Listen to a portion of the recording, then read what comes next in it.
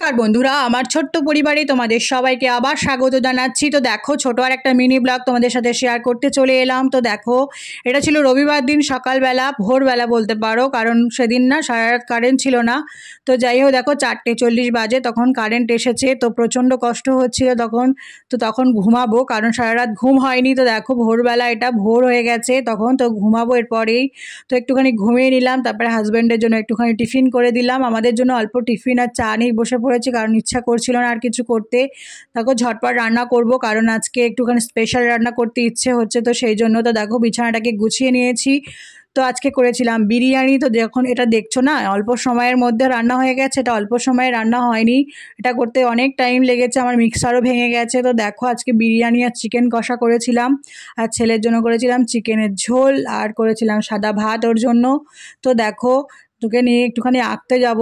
তো আজকে রান্না করেছি যেমন পরীক্ষার সময় আধা ঘন্টা টাইম থাকে হাতে, যেমন আমরা লিখি ঠিক সেরকমভাবেই রান্নাটা করেছিলাম। তো দেখো, ওকে নিয়ে আঁকতে বেরিয়ে গেছি, কারণ ওকে আঁকতে দিয়ে আসবো ঝটপট করে।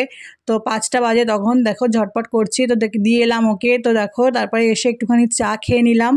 তারপর 9টার দিকে দেখো আমরা বেরিয়েছিলাম, কারণ আইসক্রিম খেতে ইচ্ছে হয়েছে সেই জন্য। তো মাঝে মাঝে এরকম লং ড্রাইভ বেশ ভালোই লাগে হাজব্যান্ডের সাথে আর বাচ্চার সাথে। তো যাই হোক, আমরা চলে গেলাম একটু আইসক্রিম খেতে। তো দেখো, আইসক্রিম খাওয়া হয়নি, নিয়ে চলে এসেছিলাম, কারণ দেরি হয়ে যাচ্ছিল, অনেক রাত হয়ে গিয়েছিল তখন, 10টা বাজে। তো দেখো, বাড়ি চলে এসেছি রুমালি রুটি আর আইসক্রিম কিনে।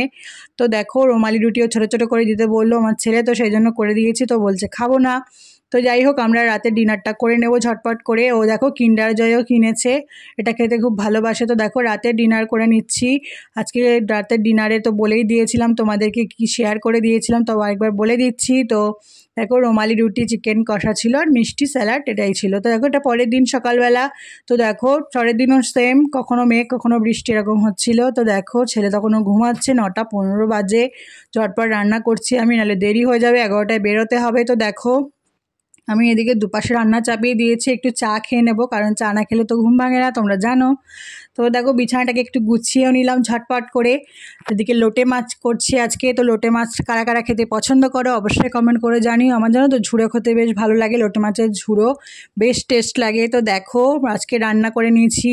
আজকে রান্না করেছিলাম সাদা ভাত, মুসুরির ডাল করেছিলাম হালকা করে, আর করেছিলাম লোটে মাছের ঝুড়ো, লোটে মাছের ঝাল করেছিলাম আমার হাজব্যান্ডের জন্য, আর করেছিলাম একটু চাটনি, আর আম তো আছেই, আর ছেলের জন্য ডিম সেদ্ধ, কারণ লোটে মাছ খায় না, তো সেই জন্য ডিম সেদ্ধ করে নিয়েছিলাম। আর ভেন্ডি আলু ভাজা সকালে করেছিলাম, তো সেটাই ছিল। তো দেখো, একটুখানি এই তোমাদের সাথে শেয়ার করে দিলাম আজকে রান্নাটা।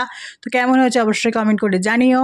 তো দেখো, একটুখানি খেয়ে বেরিয়ে যাব, কারণ দেরি হয়ে যাচ্ছে সেই জন্য। তো ছেলেকে একটুকুনি খাওয়াতেই অনেকক্ষণ টাইম লেগে যায়। তো দেখো, এই বেরিয়ে গেছি আমরা স্কুলের উদ্দেশ্যে, কারণ আমরা ট্রেনে করে স্কুলে যাই, সেই জন্য ক্লিপিংসটা তোমাদের সাথে শেয়ার করে দিলাম।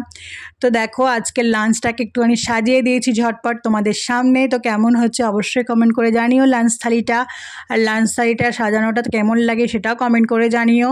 তো দেখো, একটুখানি খেয়ে রেস্ট করে নেব, তারপর সন্ধ্যাবেলা একটু চা খেয়ে নিলাম। তো প্রচণ্ড গরম হচ্ছিল। দেখো, ছেলেকে পড়াতে বসবো। তো আজকের মিনি ব্লগটা এই পর্যন্তই থাকলো। তোমরা সবাই খুব ভালো থেকো, সুস্থ থেকো, সবাই সবার পাশে থেকো। শুভরাত্রি সবাইকে।